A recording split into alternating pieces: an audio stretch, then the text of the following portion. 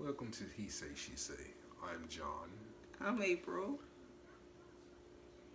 I just finished beating some kids up. No, go ahead. Here we discuss our points of view on various topics from a married couple's standpoint.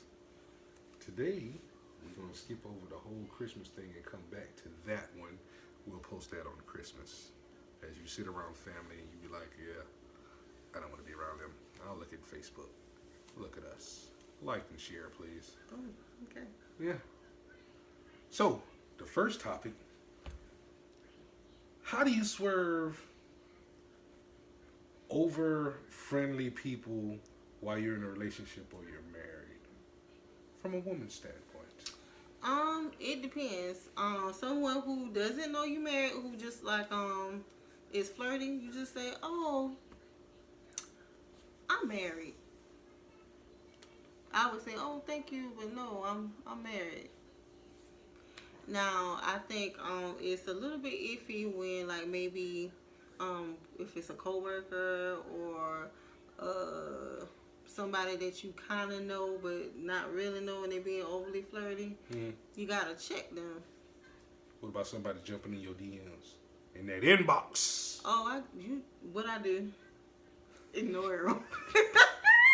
I block you or ignore you. At first I say, "Oh no, sweetie, I'm married." Which, if you go on my page, you can see that I'm married because the only thing that really is on it is hair and my husband and the kids. So, I don't even use my real name. Y'all right now, y'all looking at Percival Evander Onassis. So yeah, but if you still are persistent, like, "Oh man, I don't care about that," I'll block you. I don't see you no more. So that's how I deal with it. How about you? And they don't know me, I tell them to send me some money first. Yeah. Cash at me. Cash at me $10 and let me know for real. Shit, better cash at me. I want the same thing women want. You got to $40? start with at least 40. $40. Nah, that's what I do if they single. Now, if they know I'm married, I handle it kind of differently. Or if they married, I handle it kind of differently. So do you think that women who are married or in relationships are cheating more than men now? Or is it about the same? Or are they more like... I mean, that really depends on where you at, where the stats at. What you mean? All right, so in South Carolina, it seems like it's not a lot of women because some of them just look funny or you just don't want to talk to some of them. Oh, just South Carolina. No. So wait a minute, you saying women in South Carolina don't look as good? You know what? I never been to Idaho, so I don't know. Dang. But I've been to D.C. I've been to Chocolate City for a couple of years. Okay. And the ratio is 13-1. So if you single and you thinking about moving, well, actually, this is for gentrification. But it's still about the same if you add Maryland and Virginia and everything. The ratio is 13-1. 13 women to 1 man. Oh, yeah. So it's kind of like Atlanta. Because Atlanta it's not that many women to me. It's not that many men to women. Well, don't know about Atlanta. I can only talk about what I know. And you add that and I know about D.C. I'm pretty sure the stuff you get away with in D.C., you can't get away with in Atlanta. Okay. So, with that being said, yeah. But no, if they know I'm married, I'd be like, man, you kind of disrespect me. Because what if they be like, the dude's like, "Yo, I don't care. I dig in you." You better get your ass out my damn phone for my wife see this. Because the first thing I'm going to say is I told her. I told him. But nah, I wouldn't even let it go that far because in a relationship, the main thing you really got to focus on is not making your spouse look stupid. It's funny because we was in the dating phase. The goal was to get the password. That was the goal. I wanted the password. I wanted access to all the passwords. And he was like, and that was the goal. The hell you need my password for? You're doing too much. Me being who I am, I telepathically figured it out. I'd be sitting in the car trying to answer the phone, typing in the code, and her eyes looking like that. No, I didn't have no idea because it was like a long one. I don't know how. I changed my password like every other day. And I figured it out. And he was like, but anyway, And then he changed it again. I couldn't figure that one out. But it was funny because, like, once he was like, okay, I'm going to deal with this one. I got to be right because she ain't too bright. She kind of crazy. So, you know, he got on the good and narrow. And then he was like, you know what? I want you to trust me. So I'm going to give you my passwords. And at first I was like, bet. You know, I was checking it. And then it's like, now, I don't even want to check it. Like, It don't be worth it. I don't even look through it. It's funny because that's all I wanted was the access. But when he gave me the access and then, you know, his actions lined up, I was like... There's no point. I think it's he took all the fun out of it, it's the thrill. Yeah. You want to see them photos, keep swiping left. I want to see... Is that my leg? That don't look like my leg. That's not my arm. Who this dude you calling king? Who king? But it's funny because now that we got each other passwords and stuff, we don't do that.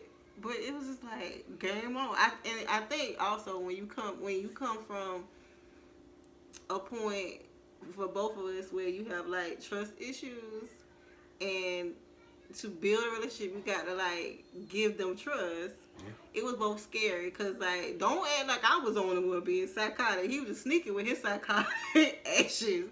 Yeah, you was. 3 o'clock in the morning while she sleep. Yeah. Once I hear that good snore. And I do snore. Yeah.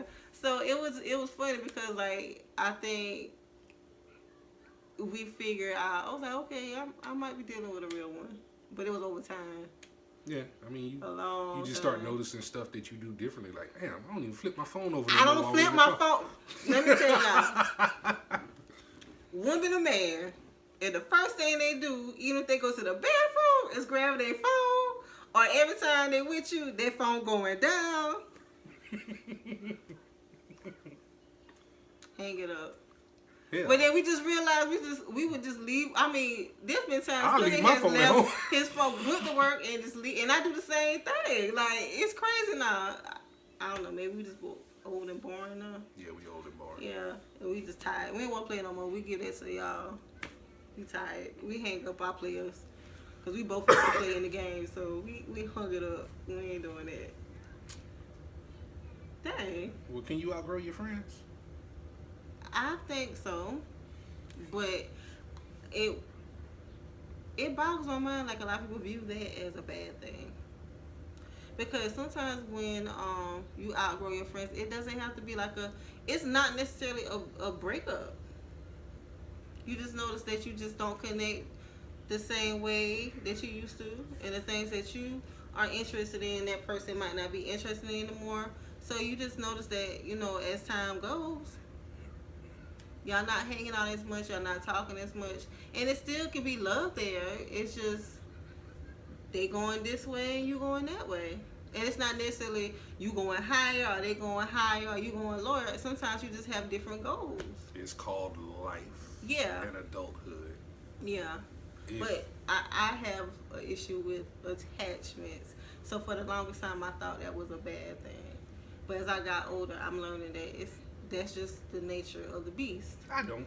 I got friends that I've known from childhood that we don't speak all the time. We speak rarely. It's just, I know you doing your thing, I'm doing my thing.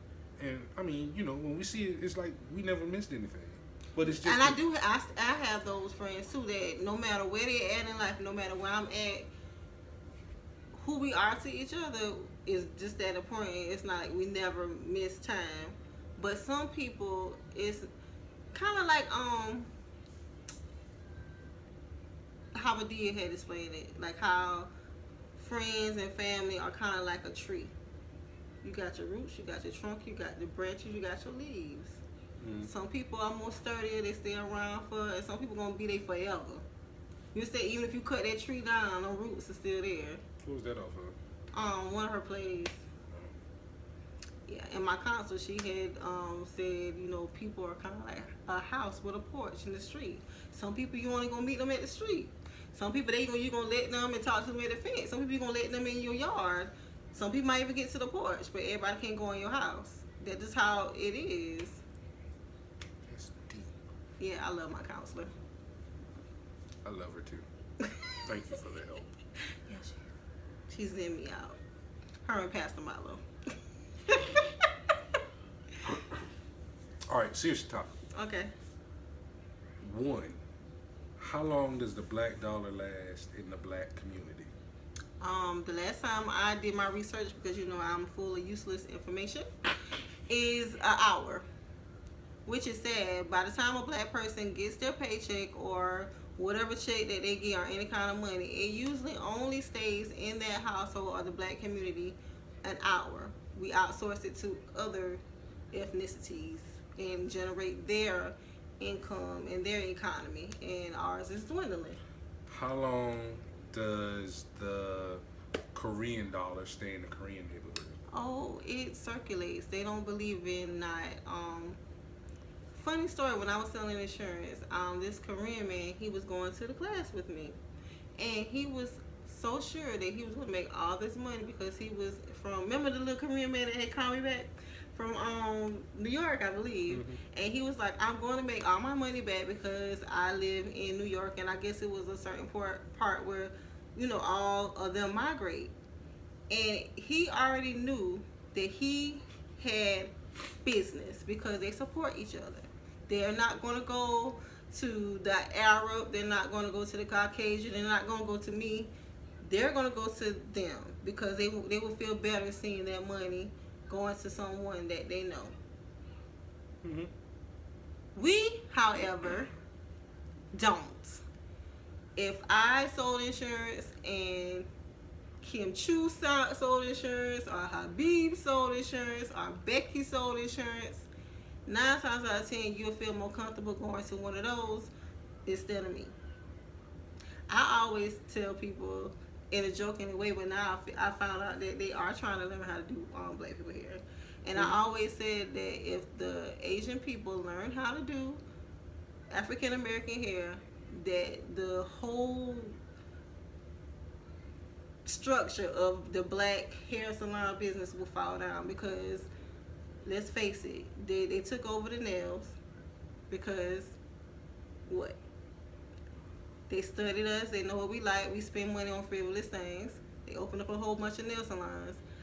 This past month, crab establishment just opened, found out it's opened by Asians.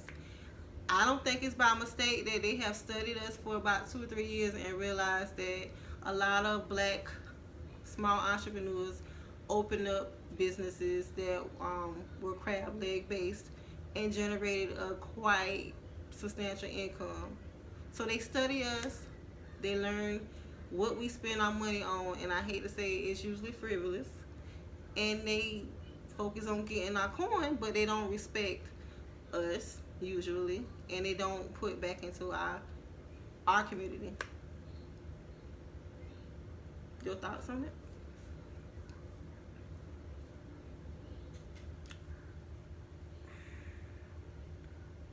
I was going to say something, but I'm not going to say that. So I will say this. Be wise of how you spend your money.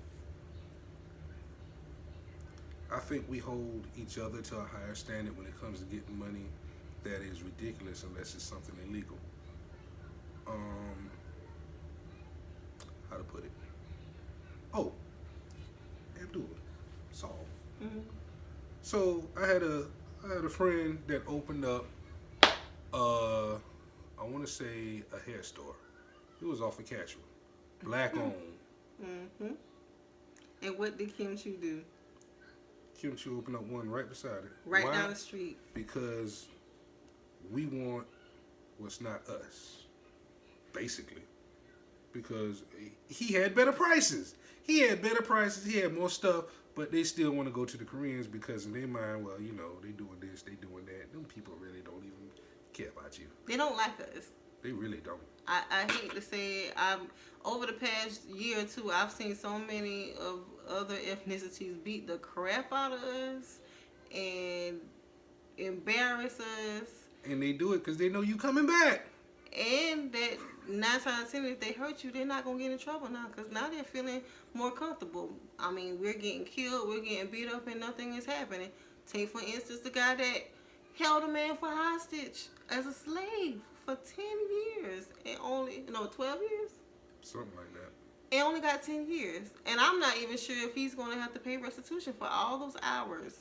He's supposed to pay. It ain't $1 million, but he got to pay it back. But at the same time, the dude was a little bit slow. So I mean, the chances of him getting that money and actually being able to control it is slim to none. Yeah. And he probably doesn't have an advocate. And I want to know, like, if he did that, I'm sure his wife and stuff knew. So why haven't they? How she didn't know? He didn't have a wife. Oh, he didn't have a wife. I thought he had a wife. Nah, he's mentally challenged. And no, I'm talking about the guy that owned the restaurant. Oh, because that's what they do. So my thing of it is, they should have liquidated all of those sources both of them had and made her pay restitution. And she needs to get trial too, because I knew she knew. And her and her kids, who if she got kids, all of them should go to jail, not just that man. What they call it, accessory after the fact. If I ride in the car with him and he rob a bank because of my color of skin, you be like, oh, you knew about it, so I need you to do some time too. But nobody ain't said nothing about her. Because he went in there and said, I did this on my own. I own the restaurant. I ran the restaurant. Yeah, I beat him because you got me. And my family had nothing to do with it.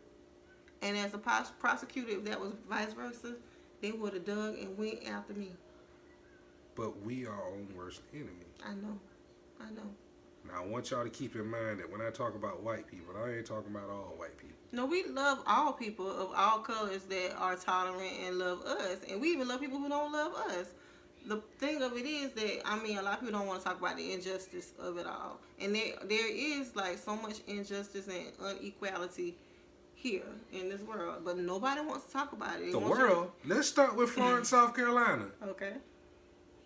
Like and share, like I said, because 9 times out of 10, you already know you can't get a job unless you already know somebody. Yeah. I see a lot of people always posting jobs. Oh, so-and-so hiring, so-and-so hiring. And it be the same people, man. Don't put my name down. Because we don't even trust each other. The other ones, hey, Bob, yeah, I got you, Bob. Come on. Hey, I know we got these entry-level jobs at 12. Bob's a good friend of mine. Let's start Bob out at 19. Yeah. But we won't do that. We'll see our family, our friends struggle and... Nah, y'all won't do that. Anybody that know me can vouch for me. When I ran Applebee's, people only had to hit me on Facebook or in person. Yo, I need a job. My nigga, say no more. I know we're supposed to start you out at 8. He go 10. I had people... I look out for my own for the simple fact that I would want the same thing done to me. Everybody ain't going to help you, but at the same time, it got to start somewhere. So if we start with each other and do that, fine. I support all black businesses. Even if I think you kind of janky, I'll still throw a shout your way. Now, what you do from it from there, that's on you. While I'm doing this, if I send a shout out, hey, shout out to so-and-so, they do this, support them, and people start blowing you up, man, they did this, they did that, they did this. That's on you. That's your name. That's how you want to run your business. And at the same time, people, let's keep in mind, you don't do this to these big people. I've never seen a post about Verizon or AT&T. Oh, I post about them and cons. I made a whole email and shared it. Everybody with cons pissed me off. I do that. No, I'm talking about them damn lines. Oh, you talking about the other? You talking about the others, the haters, the crabs? I ain't even gonna say the haters, the crabs. I mean, it's just. I'm not a bandwagon person. I don't even look at sports, so I don't. But I mean, as far as like when one person says something negative, here come 40 more. I'll be looking at half of them. You can't even say nothing about a cell phone. You want prepaid. You ain't got no phone. Stop that. Stop it. But just like there's businesses that may not be up to par, there are lots of black businesses that are very professional. That you always get the same level of quality, and that they value your dollar, and they want to see you grow, and they do things for the community. We just, for some reason, don't talk about those. But I was glad to see tonight that Soleil was packed. Very good business, black owned. Just did a 48-hour toy drive for the kids at McLeod. And they're doing a clothing drive. So anybody who has any kind of clothes, men, women, children, clothes, feel free to drop by and show them some love.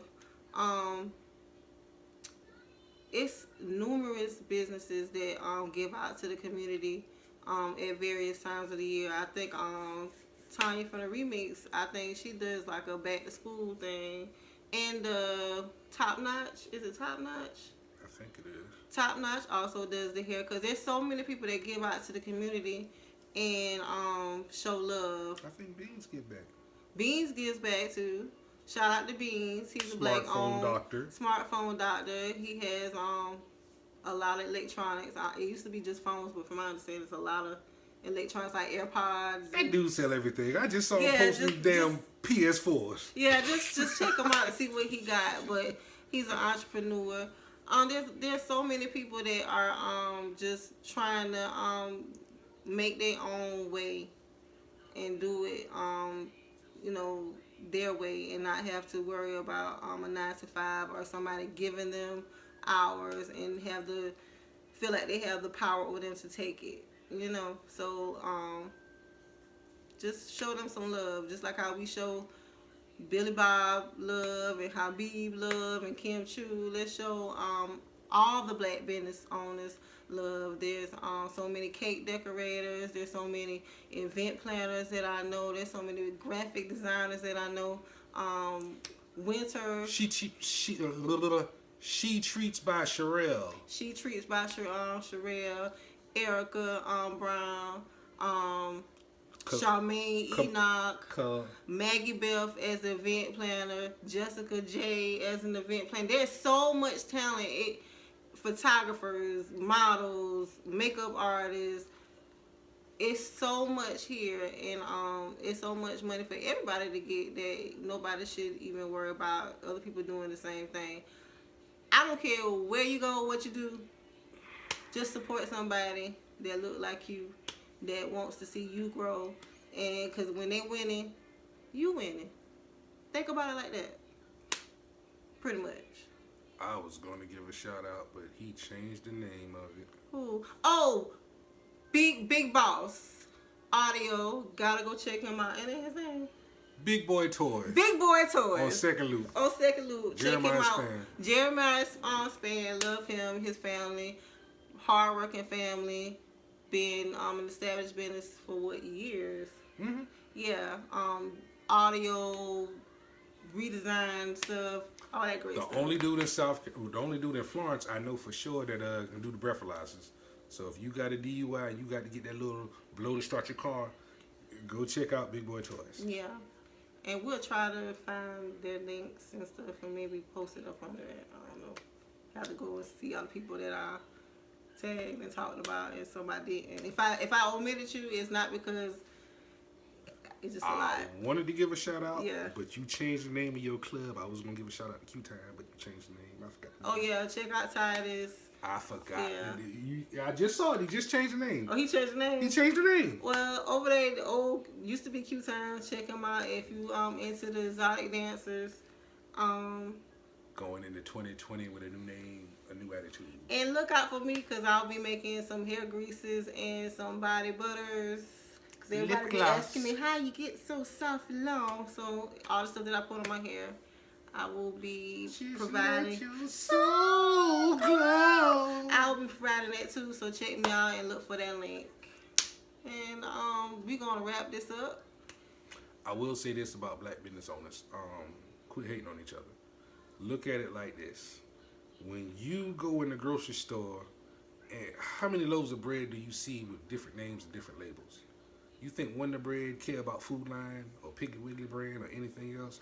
It's enough money for all of them to get money off the bread. They're making bread off of bread. Same thing for us. Keep it classy, people. Yeah, and just love each other and support each other. Because if you just have the idea of you winning, I'm winning, it makes me smile when I see so many bosses, especially us black women entrepreneurs, get that paper. But yeah. I almost forgot. I do have some questions that came into my inbox. We're going to get to them. I just don't want to make the videos too long. Yeah, so we're going to cut this one off and do